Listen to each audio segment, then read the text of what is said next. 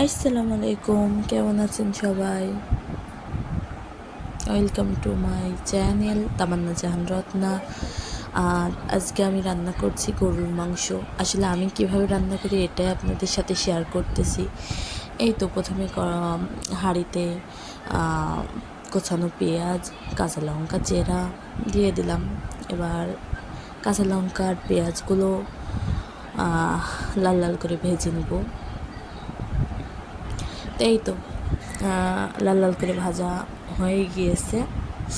এবার এর ভিতরে দিয়ে দিব তেজপাতা আর ওই তো বাটা মশলা কিছু, যে আদা, রসুন, পেঁয়াজ, জিরার গুঁড়া, এলাচের গুঁড়া, দারচিনি, তো এগুলো দিয়ে দিলাম।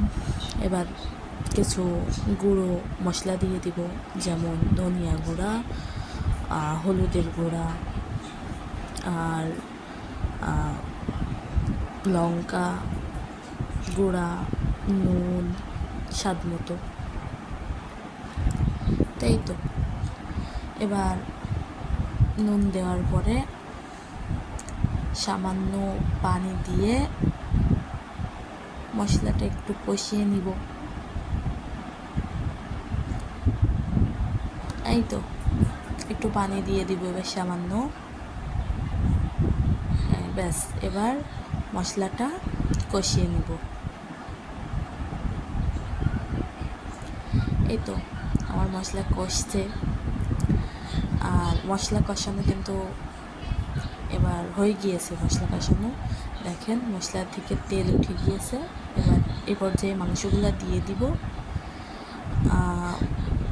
মাংসগুলো দেওয়ার পরে পানি দেব না, জাস্ট কষাবো পানি ছাড়া। 10 মিনিট মতো কষাবো, নাড়াচাড়া করব। এবার এই সময় আমি একটু মাংসের মশলা আর তেল দিয়ে কষায়ে পানি দেওয়া হয়ে গিয়েছিল, সেই ক্লিপটা নেওয়া হয়নি। এই তো আমার মাংস প্রায় রান্না শেষ। এই তো লাবাই ফেলছি। আমি কিন্তু কষা কষা মাংস রান্না করেছি, সেটাই আপনাদের সাথে শেয়ার করলাম। কেমন লাগলো কমেন্ট